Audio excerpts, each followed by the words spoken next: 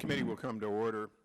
Members will be joining us throughout the next few minutes, but we'll get started because we have a vote likely at 4:30. And as a result, as I previously announced, our goal is to get all the statements in and questions in so that we not hold you over into the dinner hour.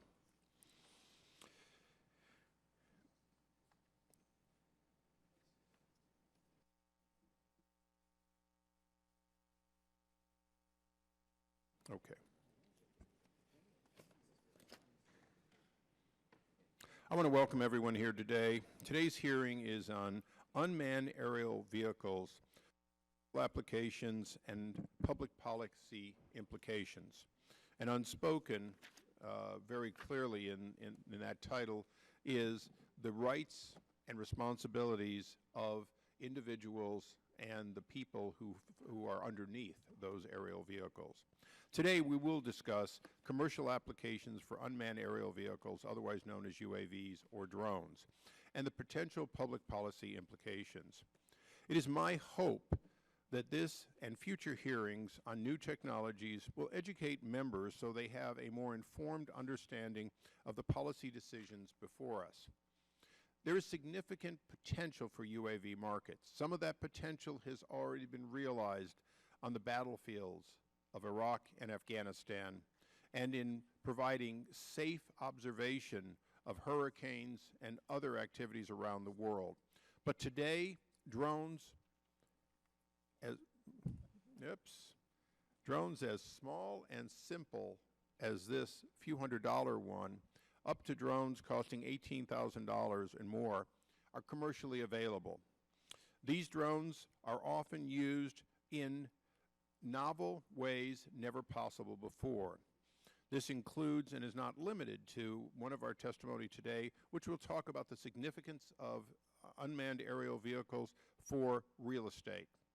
The ability to know and see the property you may buy while you are in fact thousands of miles away has been a dream for a long time. And until inexpensive unmanned aerial vehicles became available with high-performance cameras, it was impossible to demonstrate from the air how you would get there, what it looked like, the condition of it, or even what the backyard properly looked like in a way in which the potential buyer could appreciate it well before coming to see the property. Companies like Google, Facebook, and Amazon are investing in developing new drone technologies that have the potential to change how we receive internet service, various goods, and even how we monitor and access remote places around the world or disaster areas. Responsible drone use across industries, including internet services, movie and news industries, sports coverage, and more, are part of daily operations. As drone technology has become rapidly more prevalent over the past few years, both the government and private sector have been faced with challenging questions over privacy, airspace access, and more. Such a debate broadly echoes the theme that this committee sees in new technology. How do we allow new, innovative technologies to come to market and advance economic interests without stifling private industry through without stifling private industries through outdated or inflexible regulations? UAV technology has the potential to deliver genuine services to society, and at the same time, the public and private sectors must work together to protect consumers' safety and privacy. Such a cooperation should focus on flexibility, and I am interested to hear from our witnesses suggestions on how we can balance the needs of consumers and technology developers. Before I conclude and yield to the ranking member, I want to say on a very personal basis that I have seen these vehicles operate. I've had the opportunity to operate some of the small vehicles. I've seen them operate as long ago as the beginning of the Gulf War in 2001. These and their consumer smaller versions represent a great opportunity, one that more than a decade, or not more than a decade, 6 years ago, Ray LaHood, then the brand new Secretary of Transportation, said was one of his priorities to accomplish during his tenure. He pledged to work on the FAA to develop standards for safety and deployability, not just for these smaller ones like the one I held up earlier, but in fact for the Global Hawk, the Predator, and other large-scale UAVs. He is a dear friend of mine, but the FAA let us down. And today, as a private pilot, I find it reprehensible that we are, in fact, constantly talking about the danger of very small ones, while the FAA has essentially punted on their responsibility to set standards. So it is not, the FAA is not within this committee's jurisdiction, and we appreciate that. But at the same time, we understand that the possibilities for these vehicles flying typically below 400 feet cannot be stifled by just the inaction of the FAA. And so with that, I look forward to my ranking member statement and our witnesses, and I yield to the gentleman from New York. Thank you, Mr. Chairman. Today we examine another emerging technology, unmanned aerial vehicles, UAVs, or as they are commonly referred to, drones. Like the Internet of Things, which was the subject of a recent hearing in our subcommittee, drone technology holds great promise, but also raises significant questions of privacy and security.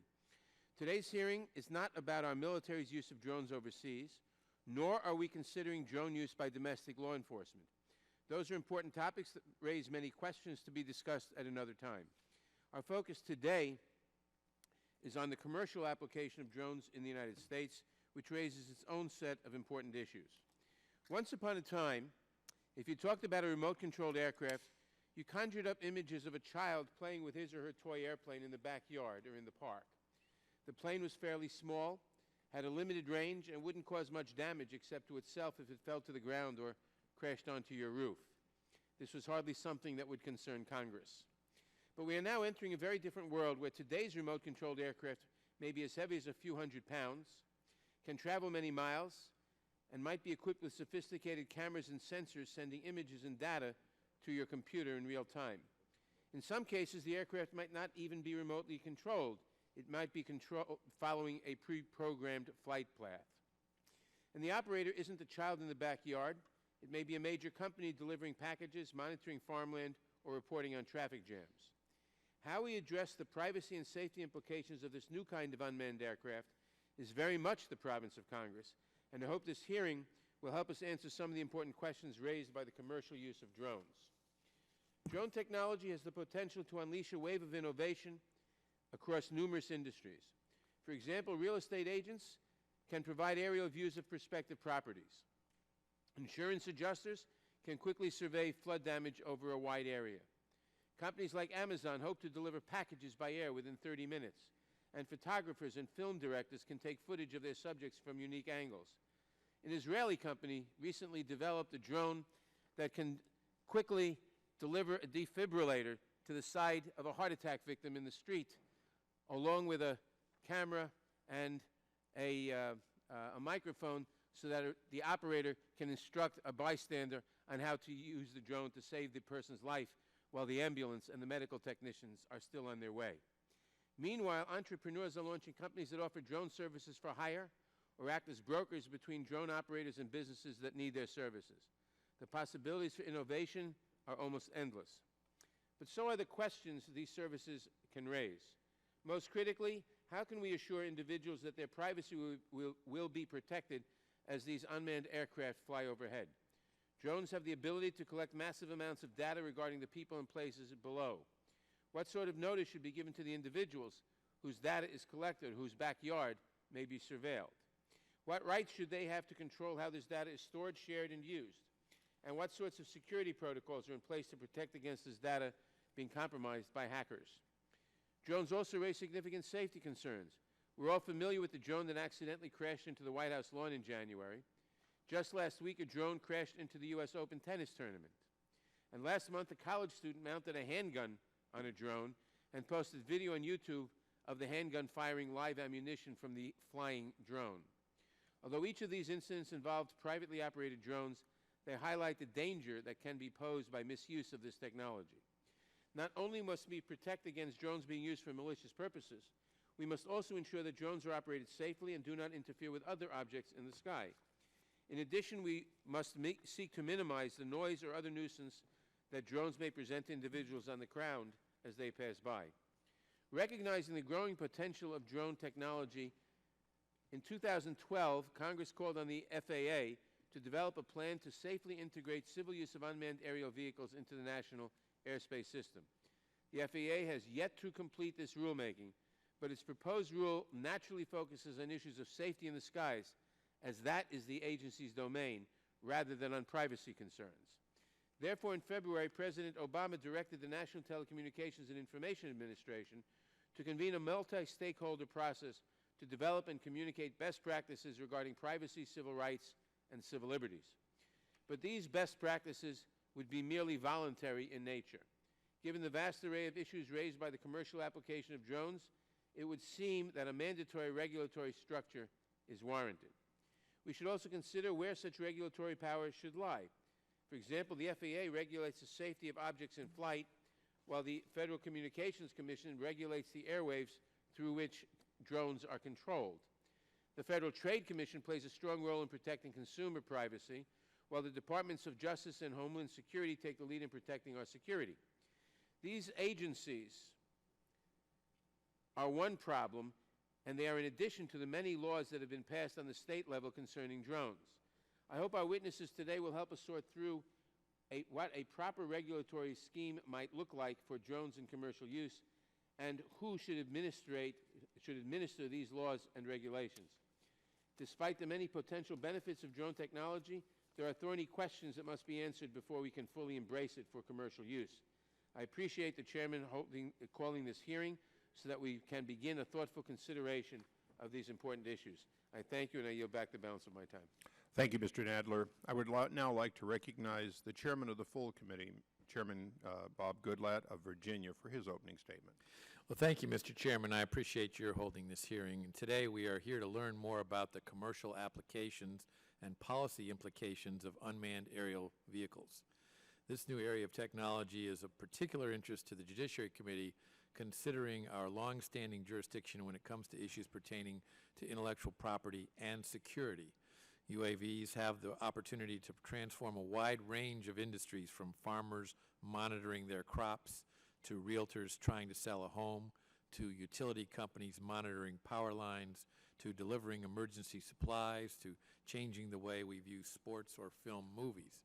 As this committee continues to study this new technology, it is important for us to keep in mind the issues surrounding UAVs and be cognizant of their effects on public policy today and in the future. In particular, we need to examine the privacy and security implications of this technology and look into the security and privacy measures that industry is building now and the measures they intend to implement as open standards are developed. I am hopeful that this new technology will help fuel the engine of American innovation, prosperity, and creativity. And I think we have a great panel with us here today, and I look forward to hearing from our witnesses. I yield back, Mr. Chairman. Thank you. I thank the gentleman. All members, including the ranking member, will have their entire opening statements placed in the record. Without objection, so ordered. We now go to our distinguished panel of witnesses. For all the witnesses, your written statements have been entered into the record in their entirety, and I ask you to please summarize within 5 minutes or less your opening statements.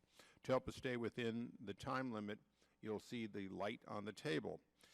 My former chairman of another committee, Mr. Ed Towns of New York, often said there's nothing easier for us to understand than the red, green, and yellow light. Green means keep talking if you want to. Yellow means go faster, and red means stop. So, having quoted my predecessor in another committee, I would ask you to please abide by the Ed Towns rule. And pursuant to the committee's rules, would you please all rise to take the oath and raise your right hand?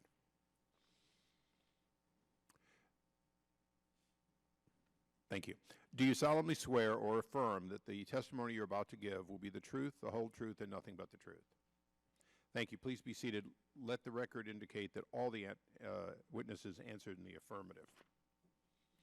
Our witnesses today include Mr. Brian Wynn, President and CEO of Association of Unmanned Vehicle Systems International, Mr. Chris Calabrese, Vice President of Policy at the Center for Democracy and Technology, Mr. Chris Palicrome, the 2015 President of the National Association of Realtors, and Mr. Tom Carroll, General Counsel at the National Association of Mutual Insurance Companies. And with that, I would now recognize for 5 minutes Mr. Wynn. Chairman Issa, thank you very much. Ranking Member Nadler and members of the subcommittee, I appreciate very much the opportunity to participate in today's hearing regarding unmanned aircraft systems. I'm speaking on behalf of the Association for Unmanned Vehicle Systems International, the world's largest nonprofit organization devoted exclusively to advancing the unmanned systems and robotics community. The UAS industry is poised to be one of the fastest growing in American history. During the first decade following UAS integration into the national airspace system, the industry will create more than 100,000 new jobs and provide more than $82 billion in economic impact. From inspecting infrastructure to filming movies, the applications of UAS are virtually limitless, enabling researchers, public agencies, and businesses to do things more safely and cost-effectively. As with any emerging technology, there are public policy issues that can help or hinder its growth. Let me explain. We are less than 3 weeks away from the congressionally mandated deadline of September 30th for the integration of UAS into the national airspace. The FAA has had more than 3 years to put a small UAS rule in place. There's tremendous pent-up demand for commercial UAS operations, yet the FAA isn't expected to meet this deadline. Until the small UAS rule is finalized, the primary way commercial operators may fly is through an exemption. That process started in May of 2014. The FAA has received more than 2,700 requests and granted more than 1,400 exemptions.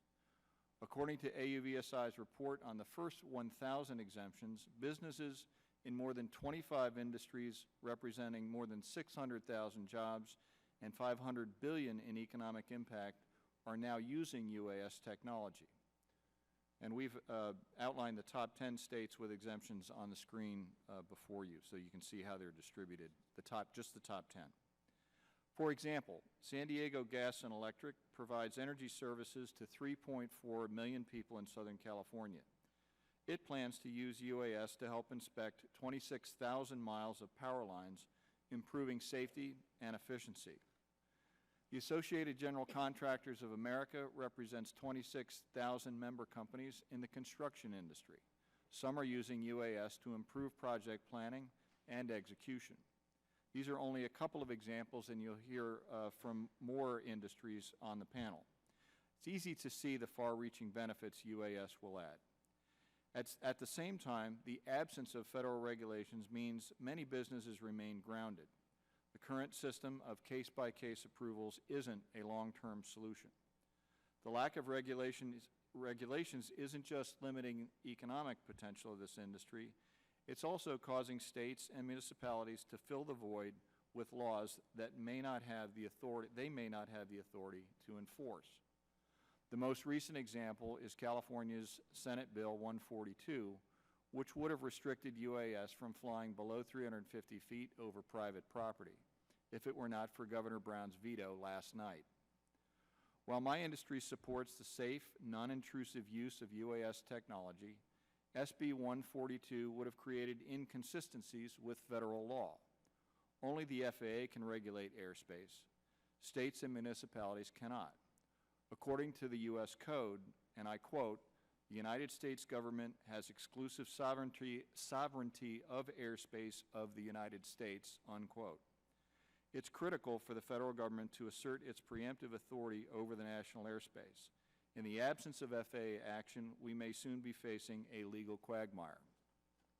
Challenges to questionable state laws will tie up the courts and at significant expense to taxpayers.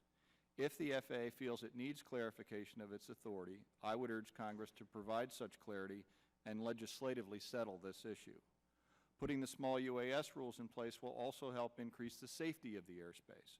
It'll provide the necessary tools and training to create a culture of safety around the use of UAS. As more commercial UAS operators are certified, they'll join the long-standing aviation community, which I've been part of for more than 20 years as an aircraft owner and instrument-rated general aviation pilot. They will foster the aviation community's principles of airmanship and self-policing to promote safety and discourage careless and reckless operations. Because safety is essential for all users, AUVSI, in partnership with the Academy of Model Aeronautics and the FAA, last year developed the Know Before You Fly campaign to educate newcomers to the UAS. And I'd be pleased to answer more questions about this and other matters of interest to the subcommittee. Thank you, Mr. Chairman. Thank you, Mr. Calabrese. I'm sorry. Thank you, Chairman Issa. Push the button. Thank you, Chairman Issa, Ranking Member Nadler, and members of the committee. I appreciate the opportunity to testify before you today on unmanned aircraft systems, or drones. I'm Chris Calabrese. I'm the Vice President for Policy at the Center for Democracy and Technology. CDT is a nonpartisan, nonprofit technology policy advocacy organization dedicated to protecting civil liberties such as privacy and free speech, while enabling government agencies to provide security and the private sector to innovate. There are three key realities that should drive congressional action around drones. The first is that unmanned aircraft systems are a promising technology, but have the potential to erode civil liberties through pervasive surveillance. The second is that current laws do not provide strong privacy protections from government or private unmanned aircraft invasions. This lack of privacy protections undermines public trust in drone technology, which holds back the industry. Third, to earn public acceptance of drones, both government and the UAS industry should fully address civil liberties issues through a combination of legislation and an industry code of conduct. CDT hopes and believes that UAS can become a valuable tool for commerce, journalism, disaster relief, scientific research, and more. However, privacy rules are a necessary predicate to all of this. Without baseline standards, we will continue to see state restrictions on drone use as well as public distrust. It is telling that in a recent Pew poll, almost 2/3 of the public thought personal and commercial drone development would be a negative, in spite of being generally positive about technology overall. Drones represent a new privacy threat because they are inexpensive, can stay in the air longer, and surveil previously private locations. In other words, UAS have the potential to be persistent, pervasive, and cheap. Our fear is that law enforcement might establish a drone dragnet that constantly tracks individuals in populated outdoor areas, chilling the public's right to assemble and free association. At the same time, a network of commercial unmanned aircraft could constantly record video footage of anyone who steps out of their home, even if the individual remains on private property. UAS can also be equipped with a variety of sensors, such as cell phone trackers, enabling even greater tracking.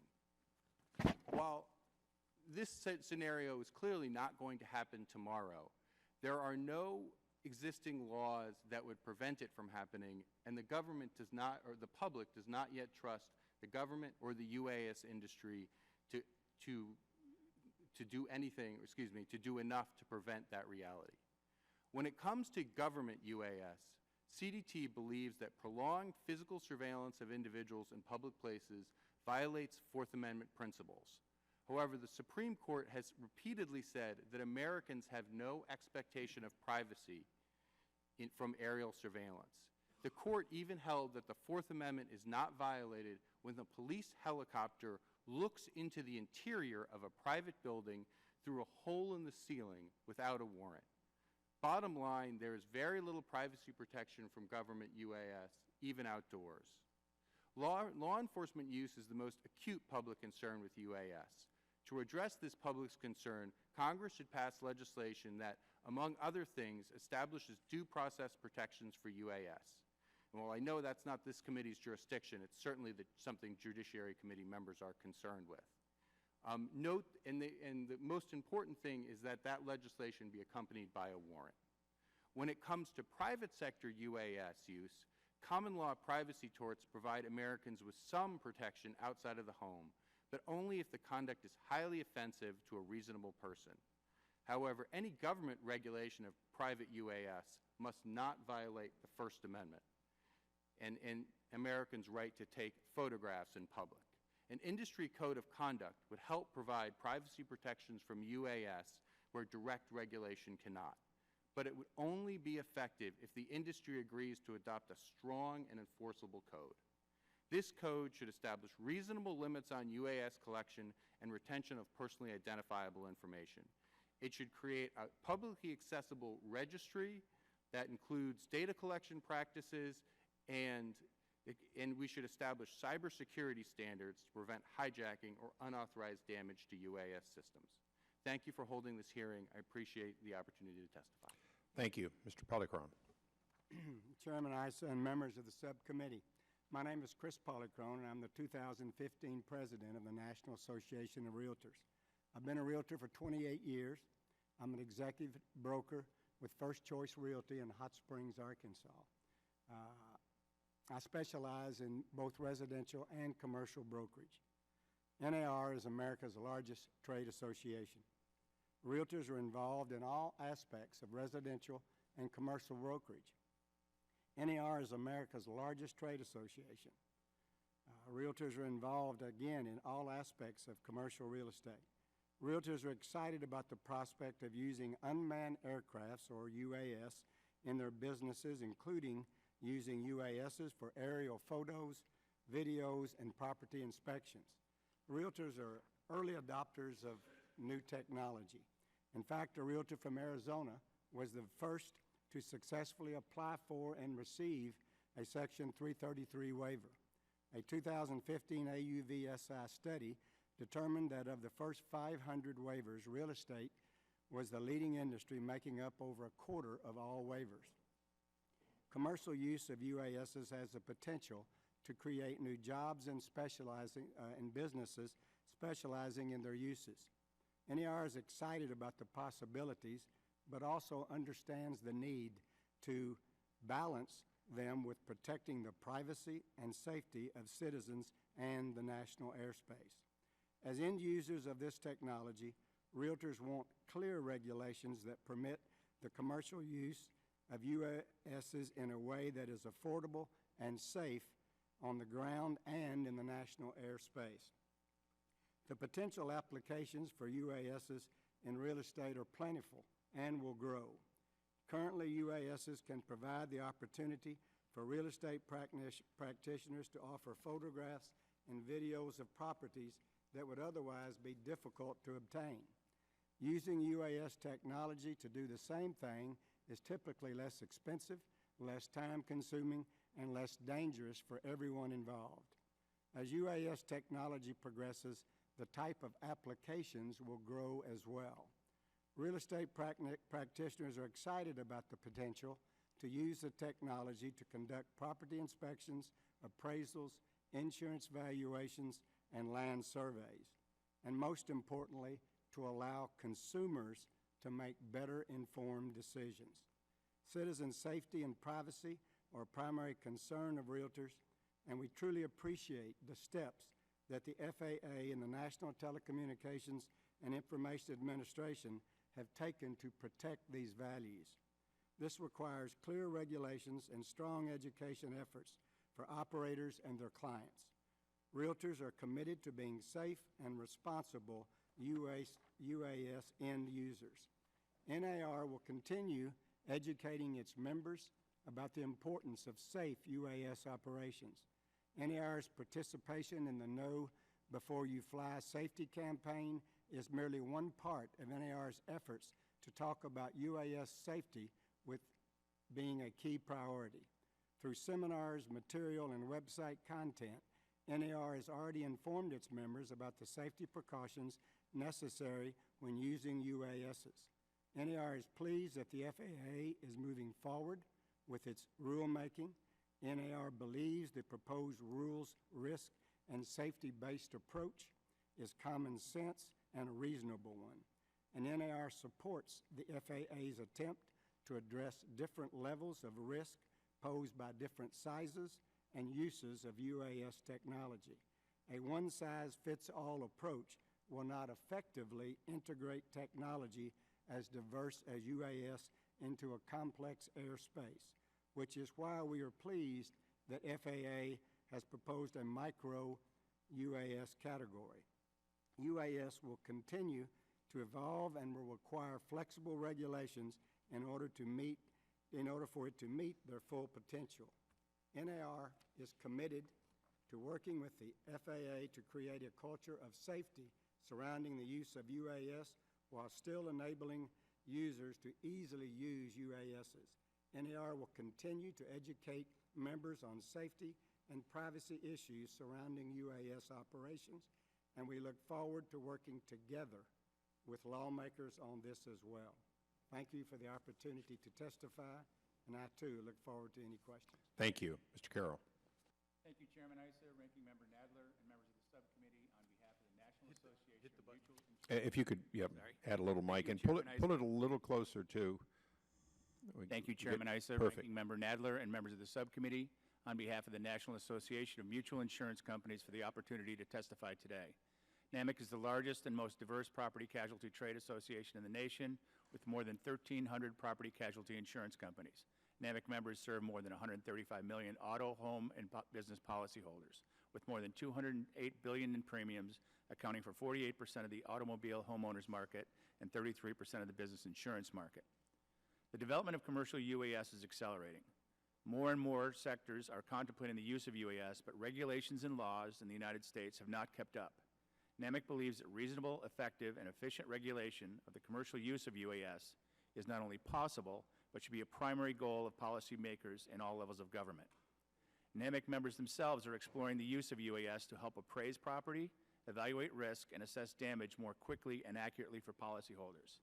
UAS can significantly reduce, if not eliminate, the dangers inherent in important tasks that our insurance personnel now put themselves in precarious positions, including roof inspections, damage assessments, and disaster response.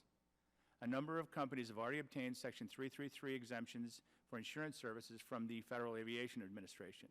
Additionally, NAMIC has had very productive meetings with the FAA in exploring the use of UAS in disaster situations, where the speed of processing and payment is paramount to victims of the disaster. At present, however, federal and state UAS restrictions can limit, if not preclude, practical UAS by insurance companies. Our consumers have also asked NAMIC members about providing insurance coverage for their personal and commercial use of UAS. Insurance coverage for both the UAS itself and the liability for any damage or loss are key parts of responsible commercial use. While many insurance companies are willing, few now offer such coverage. This is primarily due to the lack of legal and regulatory clarity at all government levels. Insurance contracts need to comport with federal, state, and local law and regulations, which are presently in a state of flux. Insurance contracts that address liability and compensation depend on civil law and judicial determinations which may or may not apply to commercial UAS usage. Until standards of UAS liability are better defined, it will be extremely difficult for insurance companies to understand and provide such risks. Furthermore, these standards must be integrated into an existing system of privacy and property rights at the appropriate federal and state and local level. The question of liability may seem fairly close if a UAS crashes into a house or a person, but basic questions about property, privacy, and negligence need to be resolved for NAMIC members to understand the risks, underwrite the coverage, and price policies for those coverages. For example, if a UAS flies on your lawn, at what level do you consider that UAS to be trespassing upon your property? If a UAS is flying in your backyard and you or your family feel threatened, can you hit it with a baseball bat or a 9-iron? In making decisions concerning underwriting risks and paying claims related to UAS, it will be critical to understand the application of specific torts as well as the state and federal laws that can permit UAS use and or generate lawsuits or fines against the UAS. For example, concerning trespass and personal injury liability. An FAA designation of UAS navigable airspace will greatly inhibit, if not preclude, allegations that a UAS in that airspace trespassed on private property or violated privacy. The FAA has opined that UAS navigable airspace extends from the ground up, which could practically eliminate private property rights. It could also eliminate state jurisdiction over UAS. California legislature, on the other hand, has recently passed a law that defines a UAS flight of less than 350 feet over private property as trespassing. While certain legal questions remain surrounding UAS damage and injury, there's potential liability for harm from even the smallest UAS. Among the host of other issues, it will be important to address the question regarding the duties of a UAS operator to limit the foreseeable risk to others. In conclusion, there will always be risks associated with commercial use of UAS. The FAA's issuance of final rules on small UAS will eliminate some of the more significant barriers for UAS insurance at the federal level. However, for NAMIC members to provide comprehensive liability coverage for this emerging area, it will require the further development of federal, state, and local regulations, as well as standards of liability, negligence, and property rights. NAMIC is committed to working with federal, state, and local regulators in an effort to promote responsible UAS regulatory developments that protects aircraft, people, business, and property. As UAS regulations and civil liability standards evolve, NAMIC will work to ensure the development of regulations provide for the necessary clarity and breadth that its members need to serve and protect the policyholders. Again, on behalf of the more than 1,300 members of NAMIC, I thank you for the opportunity to testify today and look forward to any questions you may have. Thank you. And before I recognize the ranking member, do you want to clarify the status of that law in California? I believe it was vetoed by Governor... That's correct. It was vetoed, so it was rejected by Governor Brown last night. I now have the pleasure of Yeah. They do those things at night in California. We work all the time. And with that, I recognize the... Seems like night in California. And now I recognize the gentleman from New York. And it was definitely night in New York when he did it for 5 minutes. Well, thank you very much. Mr. Wynn, you make a strong argument that the FAA's proposed rule regarding drones should be enacted without delay. But the FAA's proposal focuses on safety in the skies rather than on the privacy implications of the vehicles they would regulate. Do you think there is also a role for government regulation of the data that may be collected by the drones? Absolutely, sir. I think that those regulations also need to apply to body cameras and to license plate readers and all kinds of other technologies. There's nothing specific about drones, which are just platforms for data collection that... you think they should be the same regulations? I beg your pardon? They should be the same regulations regardless of the platform? I think we have this problem. We're all in favor of privacy, and it's in our code of conduct. So the question is, how do we do that in a way that's technology neutral and that actually doesn't inhibit this technology? If I'm wearing a body camera, I can't enter your backyard. A drone can engage in surveillance of your backyard, so you don't think there might be necessary to have somewhat different regulations?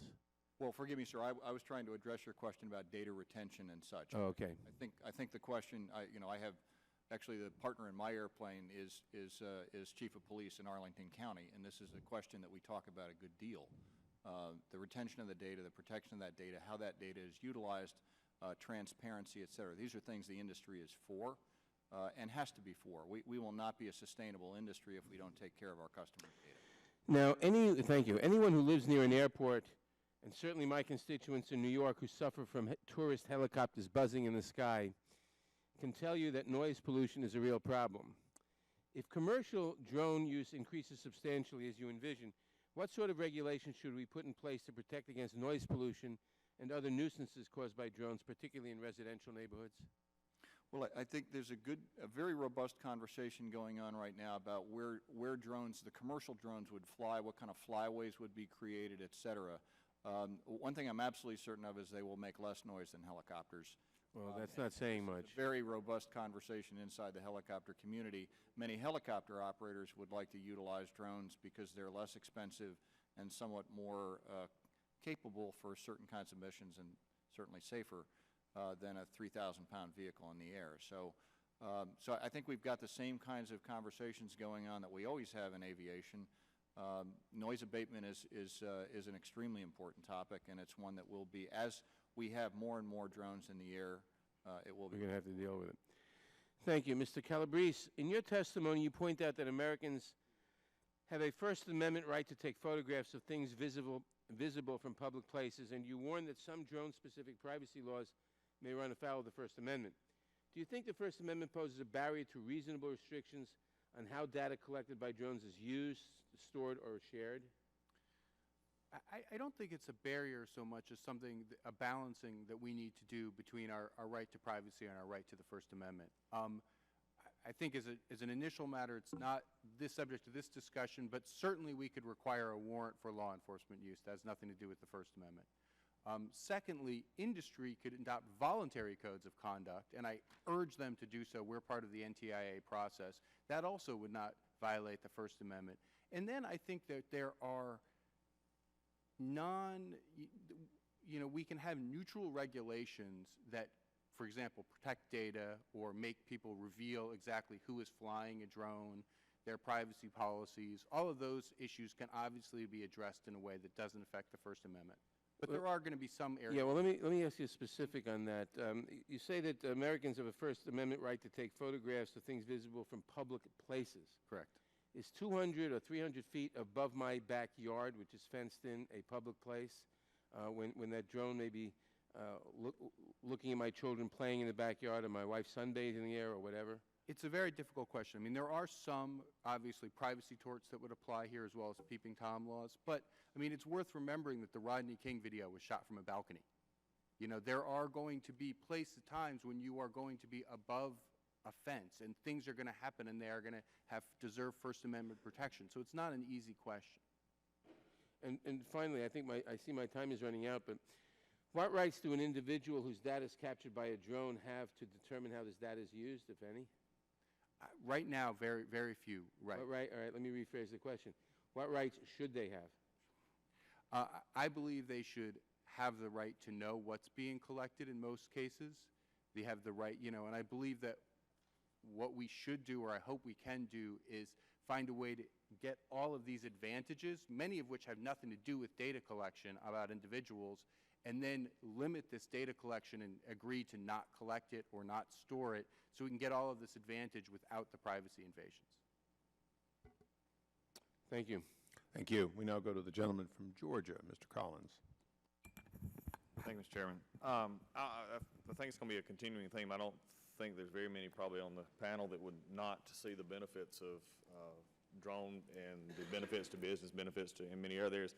As someone in the military who actually also worked with them in Iraq, the benefits on the military are substantial. And I think the interesting issue, and I think it's going to be drumbeat by both sides here today, though, goes back to these issues of privacy, these issues of how we store, how we do these things.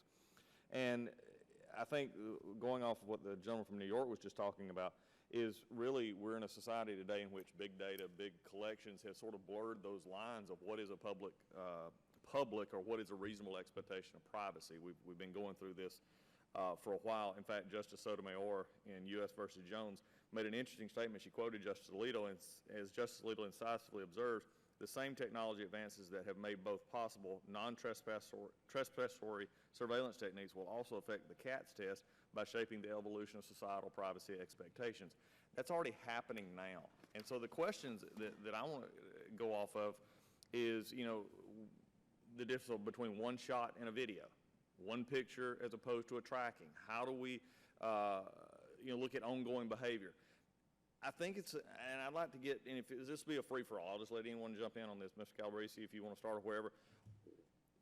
It's a fine line here. I'm out doing this, and I decide, well, I just want to give this to another agency, or I want to share this. Where are we headed here with who can access this and what is appropriate? It's a wonderful question. Thank you. Clearly, the Supreme Court is grappling with this question of what I would call a mosaic, whereas we're collecting so much information that we have a detailed profile about someone's life. That's something that we are very worried about in a wide variety of contexts and technologies. I think here there are so many beneficial uses that hopefully we can avoid the mosaic. I mean, if you go to Google Street View, you'll see people's faces are blurred. There are ways that technology can also be used to protect privacy and data collection. Most of the uses that I've heard here are not things where someone wants to be invading someone's privacy in their backyard. And I would hope that what we can do is have industry agree that they're going to, for example, not create a pervasive surveillance, that they're going to discard information immediately that has nothing to do with what they're trying to accomplish, so we can sort of avoid this pervasive surveillance. But what if they don't?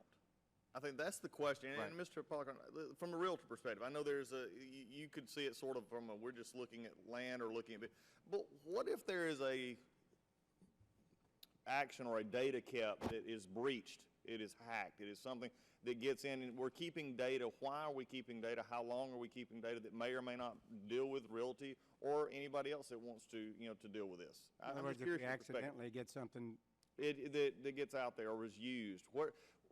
The data retention part is becoming the issue, and I think the concern I have, and again, looking at that, how do we protect against that, and especially in light of a mosaic that is developing out there? Well, speaking from the realtor viewpoint, I mean, we have a code of ethics from 1908, which private property rights is the central tenet of that document. And I feel like realtors are going to respect privacy. And the rules that we set to engage that, I think, are going to be very important. And I'm dealing with realtors a great deal right now in some different areas, and I'm not questioning the realtors. I'm also questioning the concern here is, what about retention? How long is that property pic used or that video used that could have something? Could it be turned over? Is that it's just a lot of issues. Mr. Carroll, anything to weigh in on this? And I'm just trying to get a good perspective here, because it's an interesting issue. With respect to at least the commercial use by our members, the insurance members, we're focusing very hard on the technological side of that to capture data that is not personal information. If we're looking at hail damage to a roof, we're looking at technology that will capture spectrographic components of that roof to show damages and wouldn't capture images of people. And to try to define what is private and personal information and what is not private and personal information, and to collect that for our commercial purposes, to collect only that information in which relates to our business. We understand very highly the protections with respect to information on the financial side, and we went very strongly to avoid that. All right, Ms. Pollack, you have something? Well, I was just thinking, bottom line is we're going to be taking pictures of houses. Primarily. I don't know. Well, I think you may have one of the more unique, and I'm not going to, say realty has this difference. I think it's just a blending of the whole, issue in how do we deal with it, going back to really right now on a federal level, it was said mosaic, but the courts are having to piece together law as we go, and I think that's the concerning part here on how we go. And with that, Mr. I know my time is up, but much more we could describe, but I'll yield back. Ending on the term mosaic is always a winner. With that, we go to the gentlelady from California, Ms. Chu. Mr. Wynn, I want to ask you about a rather serious issue we're dealing with in California. We see several wildfires each year, and the severity ranges with each one. Some can be put out rather quickly without much harm, while others may destroy homes and even take lives. Combating the fire from the air is rather common. However, in recent years, firefighters have had to ground their aircraft because they see drones in the area. These aerial attacks are called off when the drones are spotted because the consequences of a collision are too great. So I wanted to know whether your organization has looked into this issue, and if so, do you think the FAA should address this? Yes, ma'am, I sure do. And my son's a firefighter, and believe it or not, actually aspires to being in a place where he can fight wildland fires, which unfortunately is a growing business.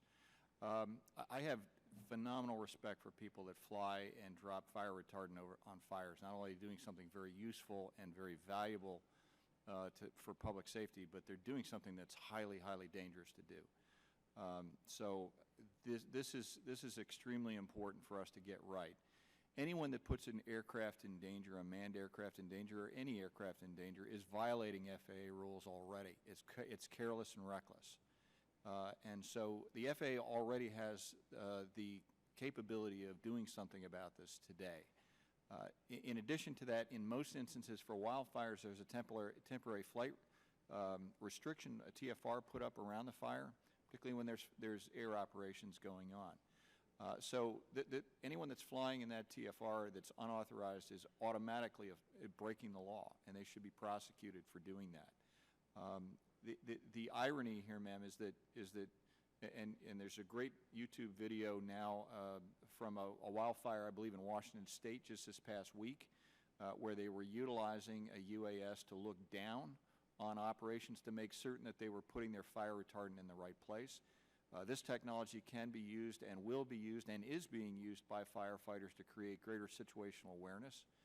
It's a tremendous tool for the person that's in charge of that operation on the ground, who's responsible for lives and property. So We want to be responsible users, and we want those who are flying recklessly and carelessly to be prosecuted. So the tool's already there to remove those drones, or at least to prosecute against them in these wild. I can't quite. The tool's already there. Yes, ma'am. I believe they are. Okay. Mr. Polychron, you state that there's currently no standardized protocol for notice to bystanders before or during a drone flight. And this is a question about bystanders. And you asked the FAA to provide greater detail regarding what's expected of the drone operators when providing notice to and protecting the safety of individuals who are near the location of a UAS operation. So in other words, a drone could be taking pictures, but there are bystanders that have not given their permission to be filmed. And so do you or the NAR have a suggested protocol that the FAA should consider? I do not think we have a protocol at this time. I see your question. I understand your question, and I can certainly tell you I think we should. Mr. Calabrese or Wynn?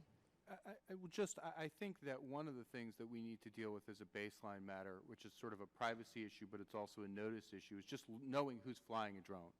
You know, and just having an ability to recognize and know whether that's the CNN drone or your realtor's drone, know where the data is going, and then you have the opportunity to contest it or say, I think that this was improperly collected of my private property and, you know, is a tort that maybe I can bring a civil suit.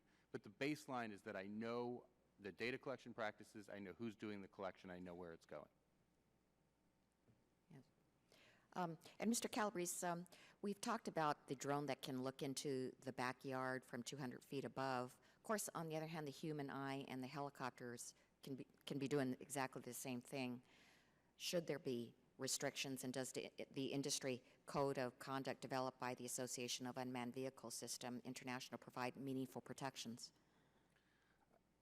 I mean, with all due respect to AVUSI, I don't think that their current code does provide enough protection. And I hope that the industry will do more as part of the NTIA process. We're really concerned that drones are different than being in an airplane. They're just much less expensive. They have the potential, for example, if they're a blimp, to stay up much longer, and they have just the potential to be much more invasive. We're not picking on the technology. All technology can be good or bad, but this deserves some regulation. Thank you. I yield back. Thank you. We now go to the gentleman. Oh, I'm sorry. We now go to Mr. Marino. Thank you for being so prompt. Chairman, I'm sorry I was delayed longer than I thought I was going to be, and I'm sure the questions I was thinking of asking are already asked. So None of the good questions have been answered yet. They're all available to you. Okay, I'll be very brief. Thank you. I apologize if this question was asked, but who are we going to put in charge of making certain that whoever, if I own a drone and I'm out there flying it, who's responsible for having that information, and do we want people to have that information? As I read an article in the newspaper not too long ago that there was a drone flying over a man's property while his teenage daughter and her girlfriends were in the swimming pool. And the drone was hovering over, obviously watching the girls. The guy went in and got a shotgun and shot it out of the air. Now, he got arrested for that. I don't know the details of what is it in the city or how it works, but how do we keep people accountable for and know who has a drone if we're going to go down that road? Anyone, please. I believe what he was arrested for was discharging the firearm in an area that was not allowed. I don't think he was charged with firing the drone. But I think your question goes to the fundamental concept of the property rights, because the property rights to a large extent decide the privacy rights. If the drone is where it's allowed to be by the property owner, then the privacy issue becomes substantially different than if it's not allowed to be there. So that if the property owner allows the drone to be on that property, that's one area. But if it's to some extent, it's very different. If for example, on an insurance capability, if an adjuster is on the roof taking pictures of the damage from the roof, it's no different than if the drone is up there taking pictures. So that the property owner has given his permission and the access from that permission, so that the privacy of that area is defended thereon. Mr. Wayne and Mr. Polkrin, am I pronouncing that name correctly? Pellegrin, okay. I have a question that we wrote down. We know that while the FAA drags out the proposed rulemaking process, UAV innovation continues to move forward abroad. This not only hurts innovation in the drone industry itself, but the industries who would benefit most as well, two of which are critical in my district, agriculture and energy. Where do you believe the U.S. currently stacks up, and what impact could this drag have on our economy and jobs if the regulatory environment continues as it currently stands? So, Mr. Wynn, and then... I'm having a little difficulty hearing, sir. The question was... I'm sorry. Are we falling behind? Are we falling behind? I think we are Nicely to some put. extent. I don't think it's irreparable at this stage in the game. So it's not an argument that I'm fond of trotting out. We spend a lot of time working with our counterparts overseas, and ultimately our objective is to have global harmonization of regulations around the world. So in some respects, if we could get the FAA to finish the rules that have been proposed, some ways we kind of zoom ahead of some countries that are out there, and I think that would allow us to unlock a great deal of value for a number of industries, including the energy sector and the agriculture sector, which I heard you refer to. Okay. And my last question, it was mentioned that the FAA has received more than 2,700 requests for exemptions to be able to fly drones, only 1,400 of which were granted in the absence of a finalized rule. What does this mean to us as far as moving ahead in the process? Anyone again? Well, I think the significance of the numbers right now is that we're regulating by exemption, and we'll never keep up. There's vastly more people out there, whether they're real estate brokers or large utility companies or insurance companies that want to fly. So we're just scratching the surface. There's I want to say a more bureaucratic process in place now than there will be once we have final regulations. But one way or the other, it's no way to regulate. We don't want to be regulating by exemption. We want to basically put the rules out there. We want to encourage certification of operators. We want to train operators. We want to stand up an aviation community here that can actually act safely and responsibly under FAA regulations. Good. Sir? I would like to add that from a realtor standpoint, time is a deal killer. That's just a saying that we use in our business. Because only a few realtors are, permitted to do this under the Section 333, it puts some of us at a disadvantage if we cannot present a listing in a manner that someone does. So from a competitive standpoint, time is of the essence. Okay. Thank you. And again, I apologize if these questions are already asked. And Chairman, thank you very much. You've been more than fair to me. I yield back. I thank the gentleman for yielding back, and we'll take that extra time and go to the gentleman from Louisiana for 5 minutes. Thank you, Mr. Chairman. And I guess I'll kind of start where Mr. Marino went a little bit about who's flying the drone, and not in terms of data collection, but about public safety. And we have dealt with this issue in Homeland Security also, because the question arises, can an individual or law enforcement shoot down a drone if they determine that that drone is a safety risk? And the information we have, and I would like your opinion on it, is that law enforcement can't do anything with it because it's considered an aircraft. Is that consistent with what you all see and hear? I'll take a shot.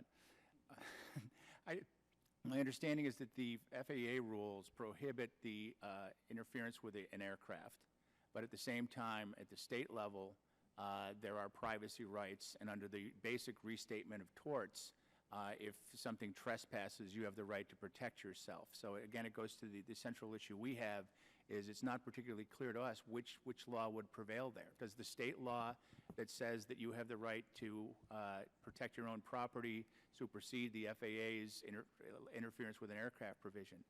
It's very difficult to understand. Well, I'll tell you the testimony that we heard. And the example was if a drone was flying over a high school football game, and law enforcement could not determine whether it was adversarial or just a hobbyist flying a plane over it. And their comment was, if we found out it was adversarial, we do not have the permission to take it down. And I guess I'm giving you all that charge because I think as we push government to rush to some sort of rules, we have to also look at the safety concerns that are there also. You can go on YouTube right now, and you can look at a Russian assault rifle attached to the drone that they sell in Sam's Club, and it is shooting mannequins. And the question for me, while we rush to get things to market in all due speed, to make sure that we have policies that also protect our families. So when we were, and I started getting interested when you started talking about the ability to know who's flying the drone, and maybe that technology about who's flying the drone can help us in terms of knowing where they are and help us decipher some of their intentions. So I just want us to think about that because from a Homeland Security standpoint, we are absolutely terrified in the position of how do we protect mass gatherings and other things when we start talking about unmanned aircrafts, and not only the privacy concerns, but the safety. And Mr. Carroll, I just, with the 10th anniversary of Katrina, I just can't help but to say I would be very excited about using unmanned aircrafts to assess property damage so that you all could get the information very quickly.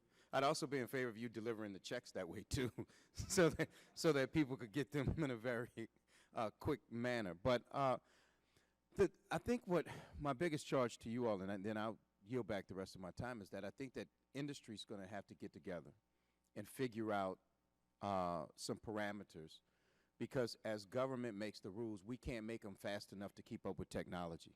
And we are going to have to find a balancing act between the commercial interest, public safety, public privacy, and all of those things. And I think that if we can get the interested parties at the table to really start digging into that, it may help us along in terms of how quickly we can get to a comfort zone. Because I will just tell you, and then my colleague, Ms. Jackson Lee from Texas, is also on Homeland.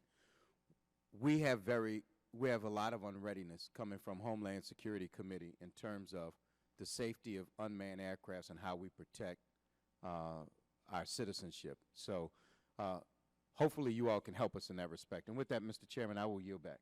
I thank you. We now go to the gentlelady from Washington, a tech leader in her own right, Ms. Del Bene.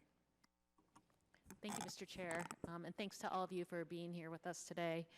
Mr. Wynn, you talked about a code of conduct, and Mr. Calabrese, you also talked about the code of conduct and also kind of the Know Before You Fly program. Could you describe in a little more detail what's in the code of conduct and also Know Before You Fly, what's made up as part of that program? I'd be happy to provide our code of conduct for the record, ma'am. And but by and large, we've covered that a little bit in my earlier. I mean, at the end of the day, it's really about common sense. I think by and large, as I indicated, this is an industry that recognizes that if it doesn't fly safely and responsibly, it will not be sustainable. We will have all kinds of challenges, not only at the federal level, but at every state level and potentially at the municipal level. We do have a code of conduct. The word potential is being used a lot on this panel. Potential for this, the potential for that. I would urge us not to try and create solutions for problems that don't yet exist. But I would commit to you that I represent a community that will fly safely and responsibly, and as our code of conduct needs to be strengthened, it will be strengthened. One of the reasons why we need regulations from the FAA is because we need more trained operators out there. As with aviation, it is a self-policing community. We do not tolerate careless and reckless behavior. If I see someone doing something careless and reckless with an aircraft, I report them. I talk to them and I report them. Know Before You Fly is a campaign that was largely stood up in conjunction with the Academy of Model Aeronautics and the FAA to train non-aviators, which are the people that, anyone can now walk into an Apple store and buy a drone and go fly. But that doesn't mean that they're in a place where they should. So the whole idea is to try and train people about where it's appropriate to fly and where it's not appropriate to fly. And there are an increasing number of tools that are available to the general public and to non-aviators, things that I just have on my iPad already, which would allow me to look at and see how far am I from an airport, for example, and so forth. There's also technology that is coming into these different devices that will help for, to make certain that the device won't fly. Yeah, I was going to ask you about that. So you could use technology to limit, using GPS and other things to limit where a device is able to go. Are folks looking at implementing that type of technology so that even if you wanted to, you couldn't go, for example, into airspace that is off limits? That's never a substitute for airmanship and education, but those technologies increasingly are going to be leveraged going forward. They can also be disabled by people who wanted to do that. So again, it's important to have trained operators out there, and increasingly, not only will our community have its own code of conduct and its own safety best practices, but every single industry that's utilizing this technology will be doing the same thing. Mr. Calabrese, can you comment? Yeah, I think it's important to say that we don't have codes of conduct that are really robust yet, and clearly we need them. And I think there's a great example is the delivery aspect of drones, right? No one sees a lot of data collection need in the delivery of things. I mean, there may be some, but it's relatively limited. So why don't we find ways that we can constructively say, we may have drones all over the place in 5 years delivering my packages, but none of them are going to be collecting data, or if they are, we have the flexibility to say it's immediately deleted. So, we're not trying to be overly prescriptive. CDT believes in the power of technology to make things better, but we also believe that we have to be responsible about the data we collect. And so a lot of these industries, and we've already heard that, can do more to collect less, if you will. And so I think we all need to push for codes that do that, and Congress needs to step in if they don't. Well, we know that we're behind on some laws, even things like Electronic Communications Privacy Act, so we have a lot of work to do to make sure our laws are up to date with the way technology works, and this is another place where we want to make sure we support innovation, but also make sure we protect privacy and safety, and that's why I think it's very, very important that we continue to work hard on all these efforts so that we have we understand there are incredible uses like agriculture or wildfires, as you brought up in Washington State. They're important uses, but we also have to make sure we have consumer protections in place as well. Thank you, Mr. Chair. I yield back. I thank the gentlelady. We now go to my colleague and seatmate on many airplane flights from California, Mr. Peters. Thank you, Mr. Chairman. This expectation of privacy thing I feel like I'm in a really complicated law school exam. But let me first ask about wildfires. Just to follow up on Ms. Chu, is someone talked about the balance between interfering with firefighting and the ability to assist with firefighting, and how that might be arbitrated? Anybody? So, I'm sorry, so in terms of the use of UAS, we've already seen instances where they've interfered with, people are interfering with firefighting. There's been a number of efforts. I think those are more simple to deal with, restricting the use of these vehicles in the course of a wildfire. Has someone, are you aware of any efforts or any models you think to talk about how it's useful to use these implements or this equipment in the course of helping with firefighting? As I indicated, there are firefighting departments that are already embracing and leveraging the technology, but it has to be authorized use. It's got to. If there's an air boss at a site, then they're going to leverage that technology. If someone gets in the air that's not in positive control of the air boss, that's a problem. Is it in process with the FAA? Do you know if that those discussions are taking place now? Well, I've discussed this with the administrator. At this point, if there's a TFR up, we just, it's a little bit like the campaign about the Super Bowl, right? It was a very successful campaign because nobody flew at the Super Bowl. Right, okay. We were discussing the potential for doing things at broader for sporting events, not unlike the problem with laser pointers. There's got to be a very targeted campaign, no pun intended. And now there is a very good campaign. If you fly, we can't. By those that are fighting wildfires. And that's, whatever's in the air. They need to be in control of it when it's inside of that space. Let me go back to Mr. Marino's swimming pool example. I think it's a little bit different when you think about expectation of privacy, to envision someone looking at you from a balcony rather than high above the sky. And were you just going to expand expectation of privacy so that there's no expectation of privacy? Is that what's going to happen? I certainly hope not. I've spent my whole career trying to avoid that outcome, and I do think that technology allows you to be more invasive, and so you need better protections. The reality is that the First Amendment makes this hard. I mean, we have First Amendment protections. You can take video from a public place. That is a cherished First Amendment value, and we just never had a circumstance where you could take so much video and keep it forever. And I think from a place where you're not even visible. What's that? From a place where you're not even visible to the person being filmed. And there are tricky First Amendment questions there. So I guess what I would say is we look at privacy torts, we look at things like peeping Tom laws, we start there, then we look at data collection generally and whether we can, for example, create technologies where you can tag a space and say no drones allowed in this space. And then, keep people out. So there are ways that we have to try to do this, but we do have to navigate the first. So here's another question that occurs to me, just the two of you gentlemen talking about your two proposed, or your two issues, is suppose, you have real estate agents flying around. There's no intention on their part to be deleting this data, but they're also filming swimming pools at the same time. Well, certainly I just would say to Mr. Polychrome, given that the realtors have said pretty clearly they don't want to photograph people, maybe it becomes we have a code. Yeah, let me go a step further. In our code of ethics, there's also, of course, is your microphone on, sir? We protect their information and data is very private. So at the same time, I know that our staff is working with the NTIA to try to establish an industry standard. When I spoke earlier, Mr. Marino, we haven't done that yet, but we are working on it. So we are very cognizant of privacy and always have been and will continue to be. But that doesn't answer what the standard's going to be and how you're going to come to balancing that.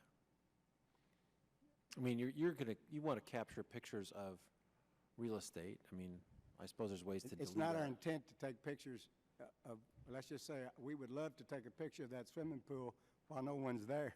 Right. But I don't think. Good luck this week in San Diego finding a swimming pool with nobody in it. So. Or in Arkansas, as far as that goes. But you can do that. Okay. All right. Well, thank you, Mr. Chairman. I yield back. I thank the gentleman. We're on a California roll. We now go to the gentlelady from just north of our districts, Ms. Lofgren. Well, thank you. I think this has been a very useful hearing. Getting back to the security privacy question, what is the industry doing, either the association or the realtors, to make sure that the data that is collected is encrypted and secure from hacking?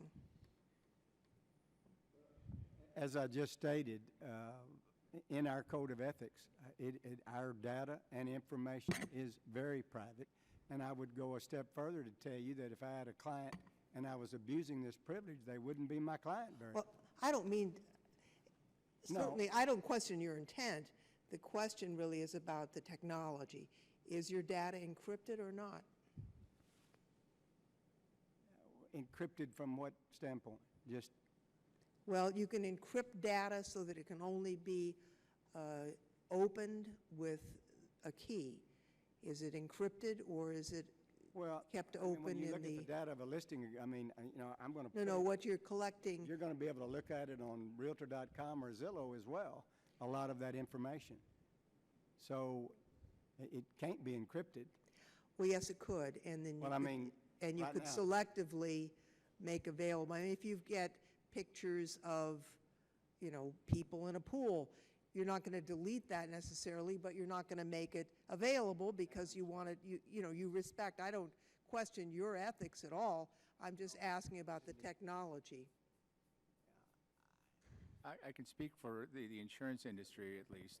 What has been done so far is predominantly the capture of single pieces of property, of data from that single pieces of property in a unit underneath the UAS, which is then directly loaded into the systems of the insurance company, which is not open to anyone else, so that there's no distribution of that data. It's used internally for appraisal values and damage assessment. So there's no openness to that system that would require any sort of encryption to prevent any problem.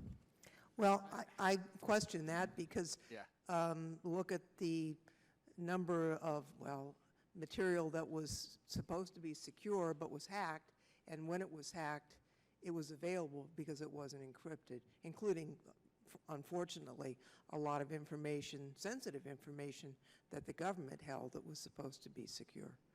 Yeah, I mean, CDT certainly believes that what we do need encryption between the device. Well, I was going to ask about that, right, too. Yeah, I mean, it's between the aircraft and the operator. The information needs to be encrypted so it can't be intercepted, so the control of the aircraft itself can't be taken over by someone else. I mean, clearly encryption needs to be a best practice. It seems like maybe we've got a ways to go before we get there in terms of how the devices are operating now. It sounds like we do. In terms of, that was the other question, I guess, for the association, what is the control encrypted, and is there authentication between the control link of the operator and the vehicle? I'm going to say yes, because there's a strong desire, a requirement really, to keep the control in one place. So this is probably point number one. The reliability, the fidelity of the link is also extremely important, and as well as building in safeguards, in fact, if that connection is lost. But we don't want anyone hacking that link. Right. Do you know that, is there an industry standard, or if I go down to the Apple store and buy a drone, is the link between the controller and the unit authenticated and encrypted? Do you know? I mean, I can't answer that question specifically but I will follow up for the record. Okay. I just think that, there are a lot of difficult questions that have been gone through, and some of these questions are policy, but the implementation of that policy is going to be technological. And so often we think about the technological protections after the fact, and it would be really super to think about them before the problems occur in this instance. And I'm going to yield back because we're going to have votes in 10 minutes, and I want my colleague. And with one intermission, he will be next. With that, we go to the gentleman from Texas, Mr. Poe. Thank the chairman. Thank you all for being here.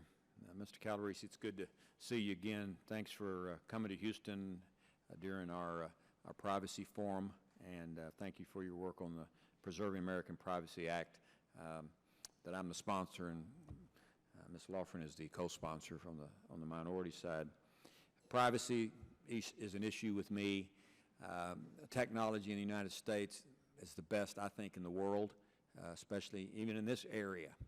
And we're moving faster than anyone ever thought, at least I thought we would in the area of drones. We've had the issue of drones pending in the judiciary for a while, a year at least.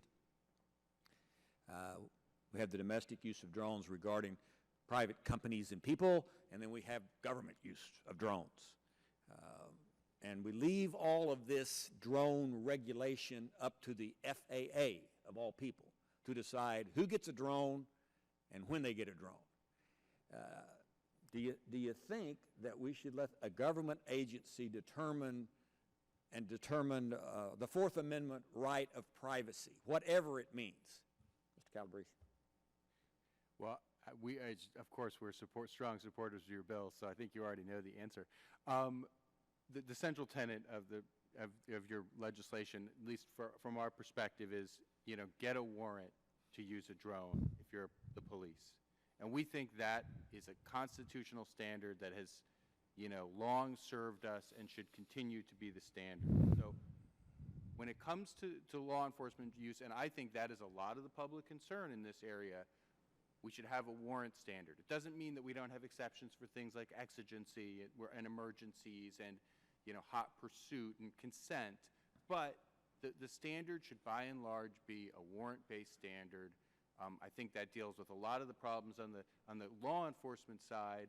And then, you know, once we've dealt with that and once the government's not going to kick down your door, then we can take on some of these other thornier questions about commercial data collection and getting the right standards in place for that.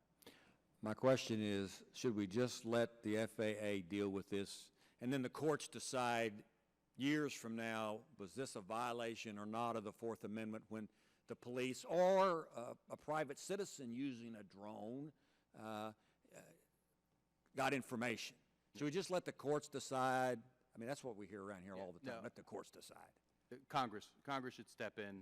Clearly, they have a constitutional role in this process, and I don't think the FAA is going to feel like it has the ability to dictate Fourth Amendment standards to local law enforcement, and I think that's where Congress needs to make clear right now what the right standard is. I agree with you. I think that Congress has an obligation to set the standards, the rules, whatever they are. Protect the right of privacy, but also put everybody on notice what the rules are, what the law is.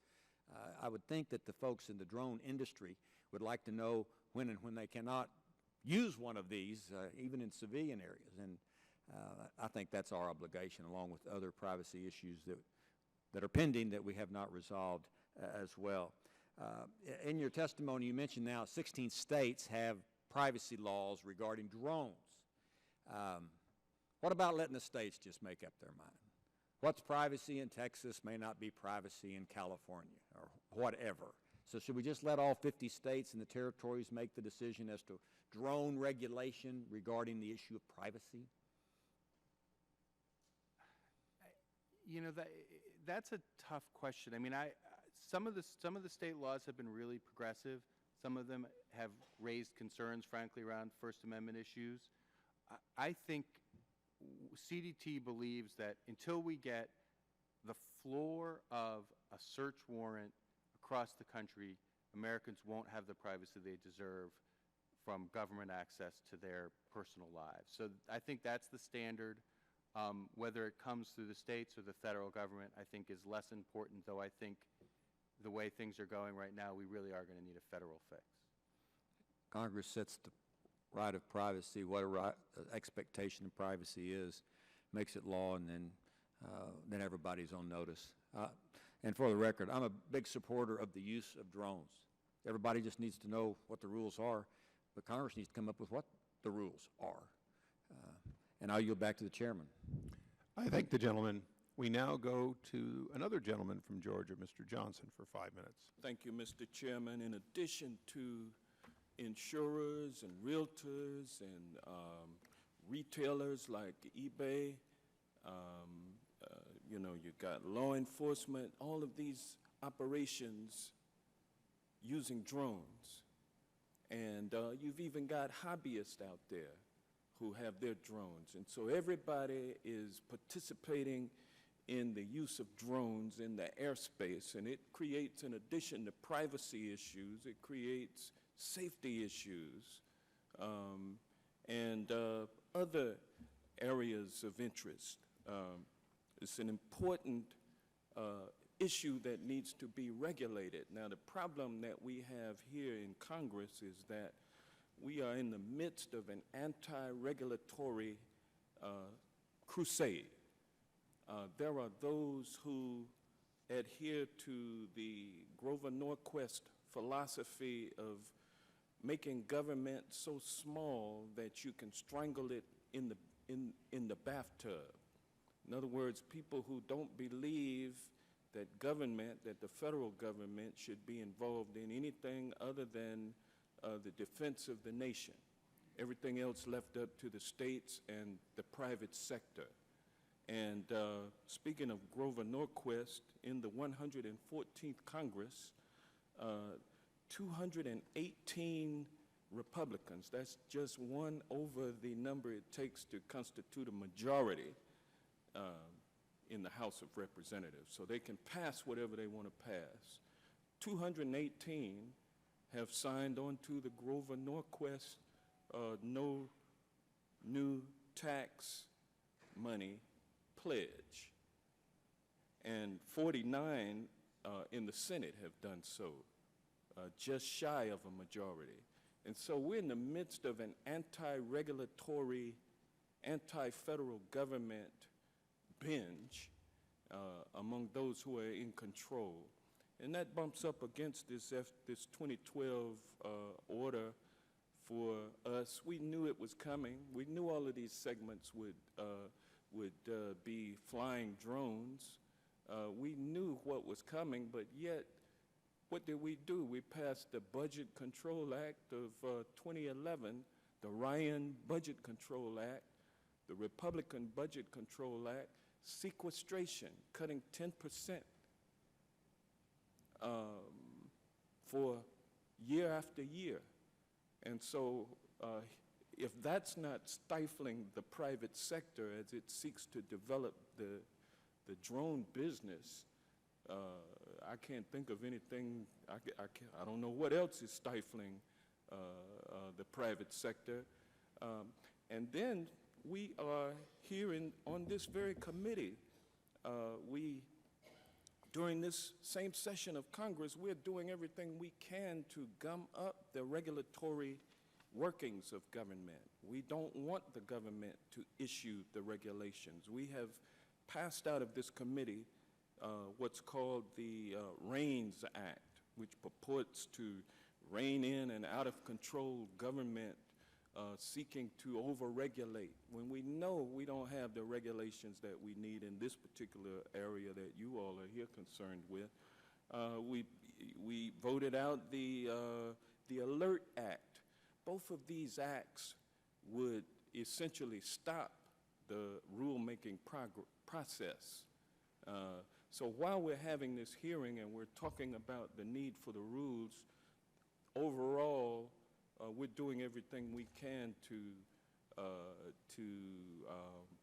not do anything in this area. And so what is at risk is the health, safety, and welfare of the citizens, and it's also the ability of our country to compete on a global level. Mr. Wynn, do you agree that these budget cuts have prevented the expansion of private industry? Congressman, I certainly agree that this is a community that's asking for regulation, and well, Congress has mandated that this area be regulated. We are working at cross purposes with that objective. Mr. Calabrese, how do you see it? I have to admit, I'm not familiar with the REINS Act, so I can't really comment on its limitations. But you do understand the financial implications of the Ryan Republican Budget Control Act of 2011, do you not? Gentleman's time has expired, but to the extent that you're very familiar with that, you may answer.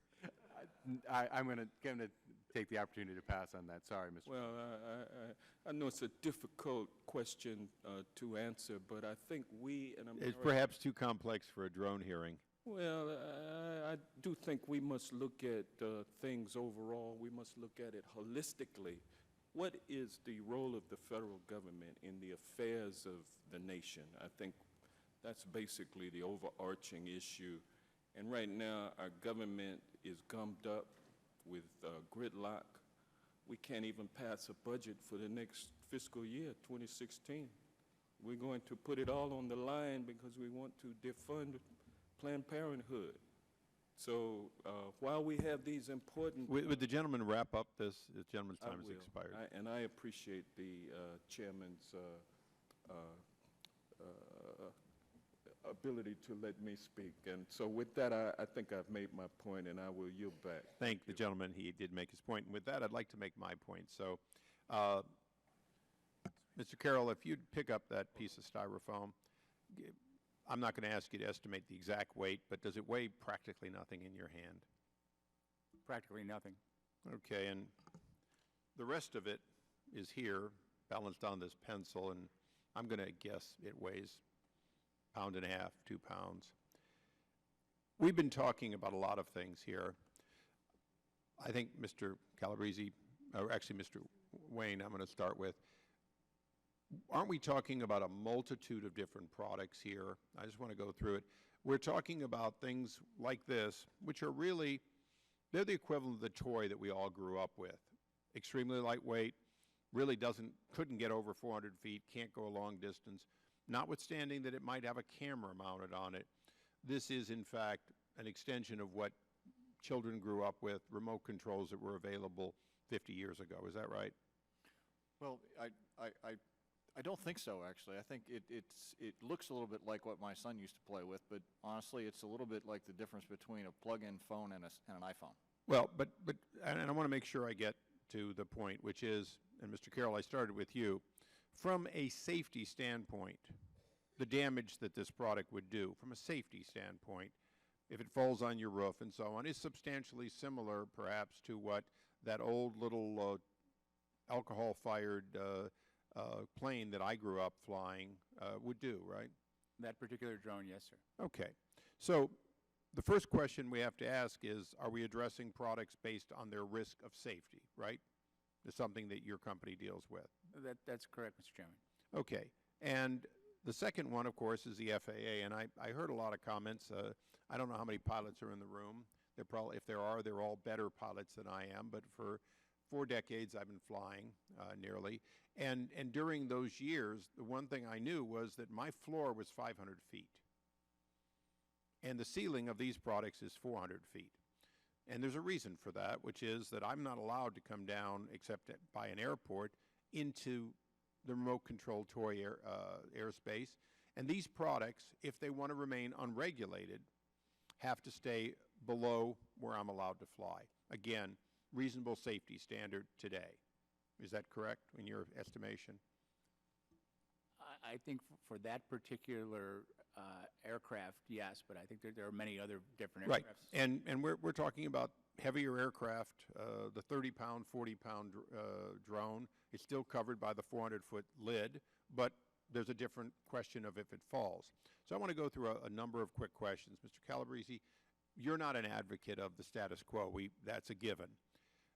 But let me ask a couple of questions. Today, the Realtors or Association represented by Mr. Polycron next to you, if they have the permission of the owner and they fly only over the owner's airspace or ground space, unless they have the waiver for commercial use, they're breaking the law.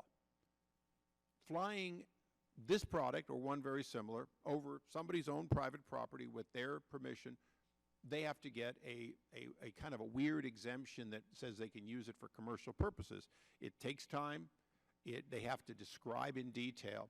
Wouldn't you agree that the private use or even the commercial use over one's own property is an example where perhaps the government needs to weigh in and say, you know what, commercial use with the owner's permission in which you're only flying over their land, we never should have had regulations over it. Is it really any different than if I raise a balloon up that has a camera on it? I'd just like to get your comments on it because I want to try and divide the concerns we all have with a question of, are we even approaching this based on intrusion into my privacy versus the right of a landowner to regulate what goes on in their own area? So certainly from a privacy point of view, and I can't speak to the safety issues, you've always had the ability to consent to sort of essentially your own, giving up your own personal information. And I think it probably is an appropriate, I'm sure I could think of a fact pattern where it wasn't the case, but by and large, you can certainly make a case that that falls under consent and that collection is appropriate.